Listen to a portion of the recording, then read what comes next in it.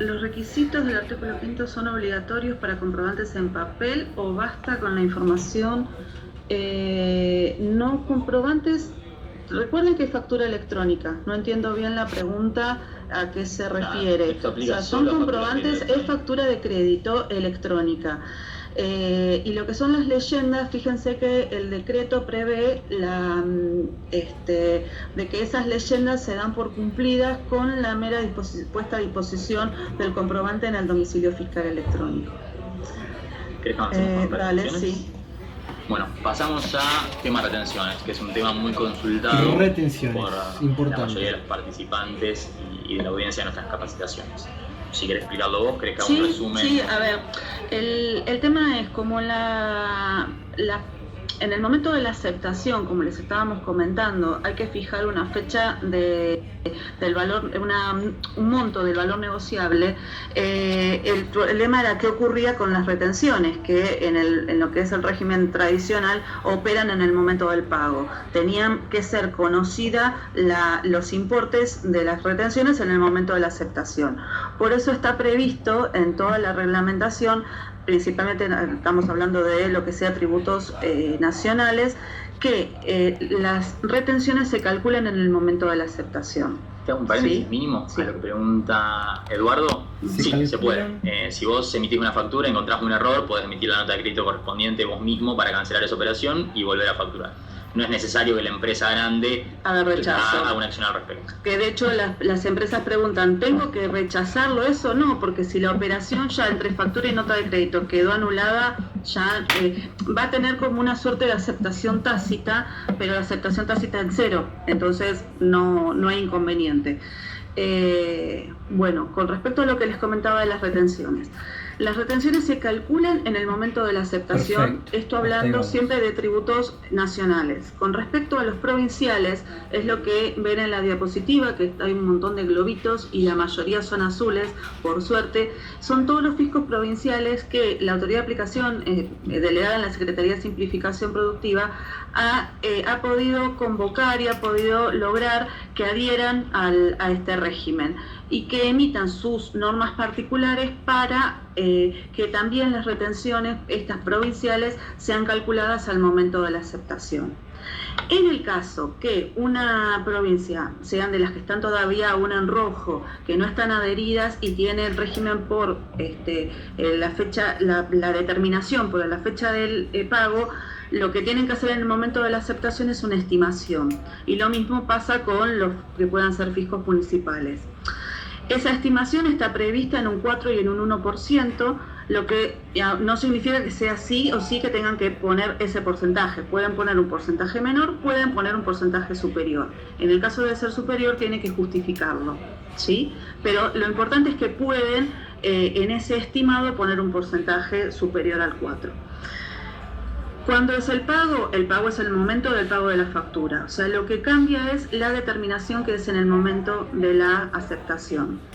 Con respecto a la aceptación tácita, como no hay un ingreso del receptor de la factura, del que sería el agente de retención, lo que se hace es un aforo que está previsto por la normativa del 20%.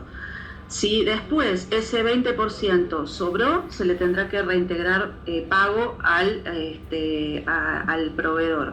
Y si no, bueno, lo que dice el decreto es que esas diferencias se tienen que restituir entre las partes. Bien. Y respuesta a Pablo, la fecha en la cual se van a ingresar los acumulados es la fecha de pago. Siempre va a ser igual, siempre por fecha de pago. Lo que haces es congelar o determinar las retenciones al momento de la aceptación,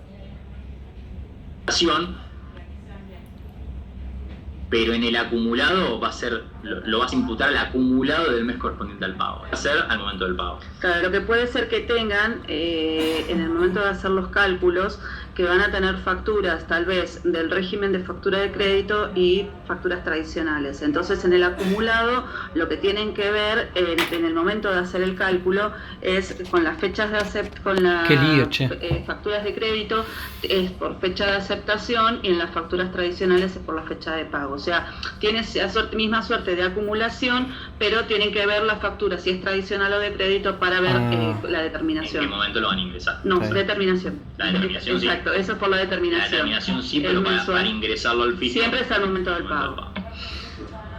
Bien. Y, bueno, de lo que estabas explicando, tenés estos tres mundos. Tenés la congelación de las retenciones para las provincias que están adheridas. Vos al momento de la aceptación congelás esa retención y esa es la retención que vas a ingresar al momento del pago.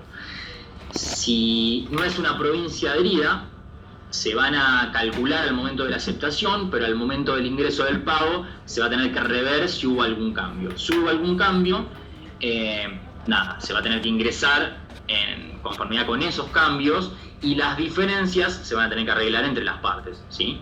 Método tradicional. Y lo mismo con la tácita. La tácita es un cálculo, es un aforo, pero no congela, ya sea provincia adherida o no. Cuando llegue el momento del vencimiento van a tener que hacer los cálculos correspondientes y cualquier saldo remanente lo van a tener que arreglar entre las partes. Respecto a las retenciones, si hay que informarlas cuando se hace en el régimen, si no hay una cancelación, si hay una cancelación total, informan la cancelación total, el monto final y ya está. No tienen que ingresar más nada. Por más que los que utilizan el sistema manual ven que hay para ingresar otros campos, otros importes, por ejemplo el importe de las retenciones, que es lo más consultado, no es que es un dato obligatorio que sí o sí tengan que ingresarlo. Si es una cancelación total, llegan al final de las pantallas, ponen el importe cancelado, que sería el total de la operación, y la forma de cancelación, la que fuera, que ya vimos antes. En el caso de que haya algo que quede un remanente, ahí sí, si hay una cancelación parcial o directamente no hay ningún tipo de cancelación, tienen que informar las retenciones en el caso de haberlas, porque si no, lo que les va a pasar es que no van a quedar neteadas del valor negociable en la factura y igualmente las van a tener que ingresar. Entonces es por eso que están esos campos previstos de retenciones para cuando no hay una cancelación total. Y bueno, lo del cálculo ya vimos el tema de cómo se ingresaba. Sí. La pregunta de Hernán e Indira. Bueno, sí, con el tema de los si querés. Sí, a lo de Hernán e Indira. Sí, a ver, va a haber una operación original que va a tener un comprobante asociado. Entonces ya está ok para esta ley. Lo que hicimos con esto fue evitar determinados vicios de la operatoria típica entre empresa grande y empresa chica. Ahora, si al día 25 rechaza, se va a volver a generar una factura de crédito y simplemente eso. El remito ya va a estar asociado a la operación original que se canceló. O sea, ya hay una evidencia de un remito y de una entrega de mercadería. Que siempre va a aplicar la entrega de bienes, no a la prestación de servicios. Por eso, estos remitos en el aplicativo no